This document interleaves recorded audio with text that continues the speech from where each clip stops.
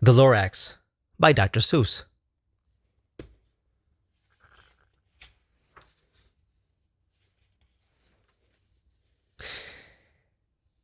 At the far end of town where the grickle grass grows, and the wind smells slow and sour when it blows, and no birds ever sing, excepting old crows, is the street of the lifted Lorax.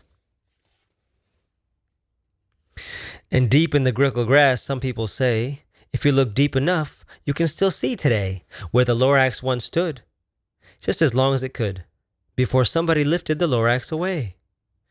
What was the Lorax, and why was it there? And why was it lifted and taken somewhere?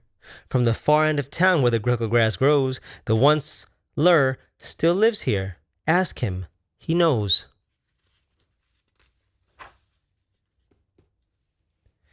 You won't see the once Lur. Don't knock at his door. He stays in his lurkim on top of his store. He lurks in his lurkim, cold under the roof, where he makes his own clothes out of muttered moof. And on special dank midnights in August, he peeks out of the shutters, and sometimes he speaks, and tells how the Lorax was lifted away. He'll tell you, perhaps, if you're willing to pay.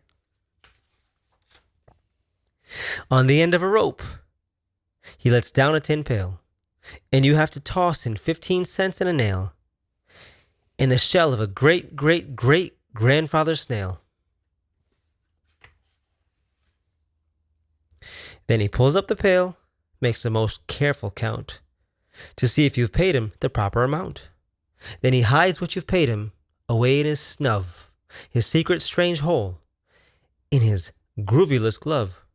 Then he grunts, I will call you by whispermaphone, for the secrets I tell are for your ears alone. Slip. Down slups the whispermaphone to your ear, and the old once-Lur's whispers are not very clear, since they have to come down through a snurgly hose,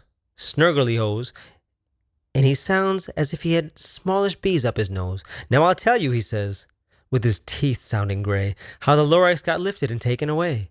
It all started way back, such a long, long time back. Way back in the days when the grass was still green, and the pond was still wet, and the clouds were still clean, and the song of the swummy swans rang out in space. One morning, I came to this glorious place, and I first saw the trees, the truffula trees, the bright-colored tufts of the truffula trees, mile after mile in the fresh morning breeze. And under the trees, I saw brown barbaloots, frisking about in their barbaloot suits as they played in the shade and ate truffula fruits. From the ripulous pond came the comfortable sound of the humming fish humming while splashing around. But those trees, those truffula trees, all my life I'd been searching for trees such as these. The touch of their tufts was much softer than silk, and they had the sweet smell of fresh butterfly milk.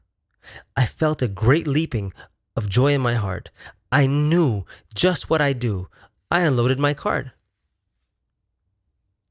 In no time at all, I had built a small shop. Then I chopped down a truffula tree with one chop. And with great skillful skill and with great speedy speed, I took the soft tuft and I knitted a thread. The instant I finished, I heard a gazump. I looked. I saw something pop out of the stump of the tree I chopped down. It was sort of a man. Describe him? That's hard. I don't know if I can. He was shortish and oldish and brownish and mossy. And he spoke with a voice that was sharpish and bossy. Mister, he said with a sawdusty sneeze, I am the Lorax. I speak for the trees. I speak for the trees have no tongues, and I'm asking you, sir, at the top of my lungs. He was very upset as he shouted and puffed.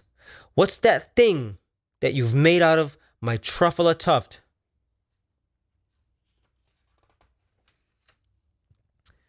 Look, Lorax, I said, there's no cause for alarm.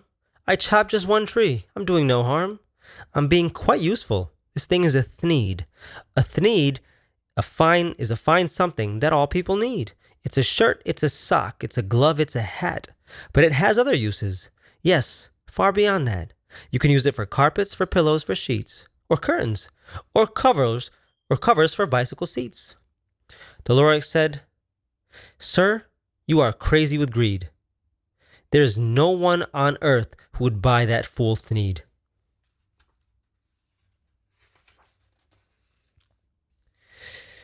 But the very next minute, I proved he was wrong.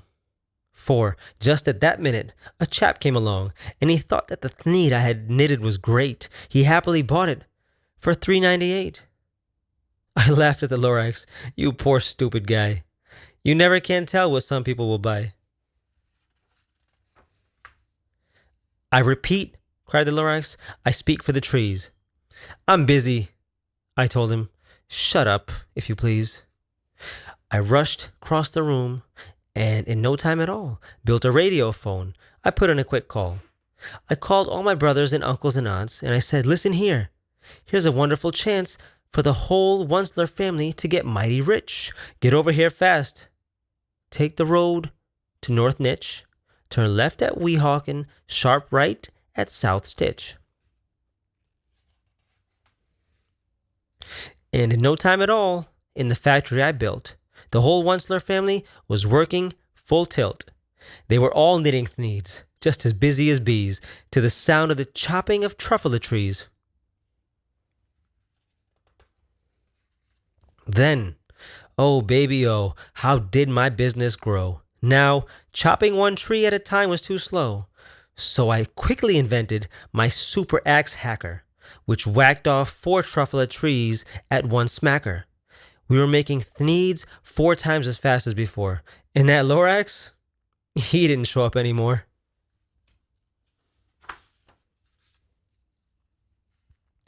But the next week, he knocked on my new office door. He snapped, "I'm the Lorax who speaks for the trees, which you seem to be chopping just as fast as you please. But I'm also in charge of the brown barbaloots, who played in the shade in their barbaloot suits, and happily lived eating truffle fruits. Now, thanks to your hacking my trees to the ground, there's not enough truffle fruit to go around, and my poor barbala boots are all getting the crummies because they have gas and no food in their tummies."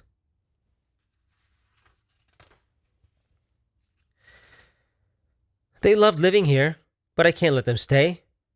They'll have to find food, and I hope that they may. "Good luck, boys," he cried, and he sent them away. I, the Onceler, felt sad as I watched them all go. But business is business, and business must grow, regardless of crummies and tummies, you know. I meant no harm. I most truly did not. But I had to grow bigger. So bigger I got. I biggered my factory, I biggered my roads, I biggered my wagons, I biggered the loads.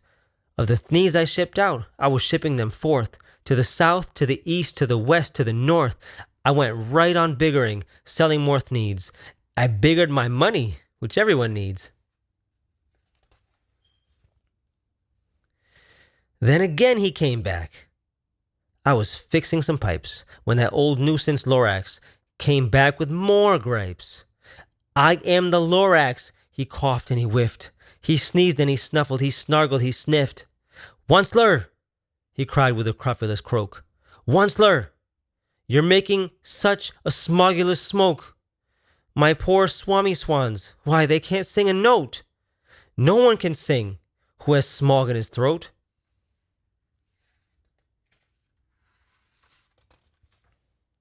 "And so," said the Lorax, "please pardon my cough. They cannot live here, so I'm sending them off." "Where will they go?" "I don't hopefully know. They may have to fly for a month or a year to escape from the smog you've smogged up around here." "What's more," snapped the Lorax, his dander was up, "let me say a few words about Gluppity Glup.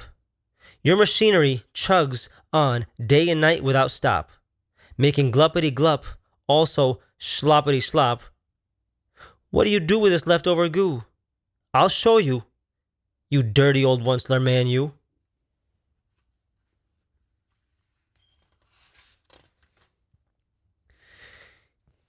You're glumping in the pond where the humming fish hummed. No more can they hum, for their gills are all gummed. So I'm sending them off. Oh, their future is dreary. They'll walk on their fins and get woefully weary, in search of some water that isn't so smeary. And then I got mad. I got terribly mad. I yelled at the Lorax. Now listen here, Dad. All you do is yap, yap, and say bad, bad, bad, bad. Well, I have my rights, sir, and I'm telling you, I intend to go on doing just what I do.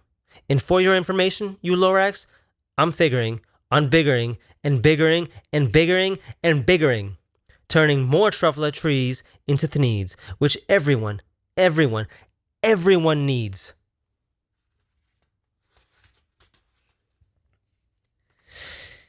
And at that very moment, we heard a loud whack. From outside in the fields came a sickening smack of an axe on a tree. Then we heard the tree fall. The very last truffle tree of them all. No more trees. No more thneeds. No more work to be done. So, in no time, my uncles and aunts, everyone, all waved me goodbye. They jumped into my cars and drove away under the smoke-smuggered stars. Now all that was left neath the bad-smelling sky was my big empty factory, the Lorax, and I. The Lorax said nothing, just gave me a glance, just gave me a very sad, backward glance, as he lifted himself by the seat of his pants. And I'll never forget the grim look on his face when he heisted himself and took leave of this place, through a hole in the smog without leaving a trace.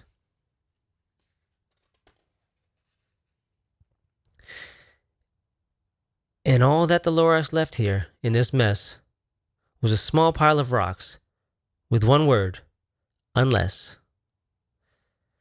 Whatever that meant, well, I just couldn't guess. That was long, long ago. But each day since then, I've sat here and worried away. Through the years, while my buildings have fallen apart, I've worried about it with all of my heart.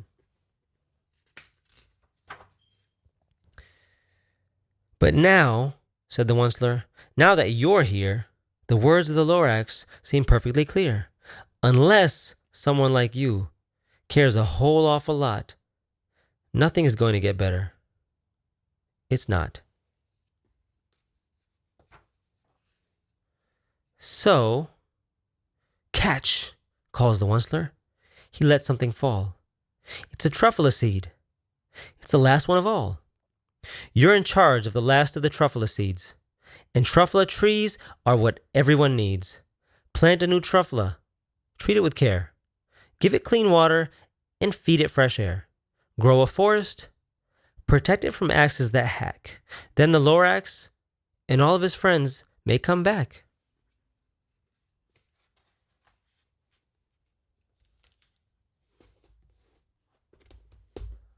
That was The Lorax by Dr. Seuss.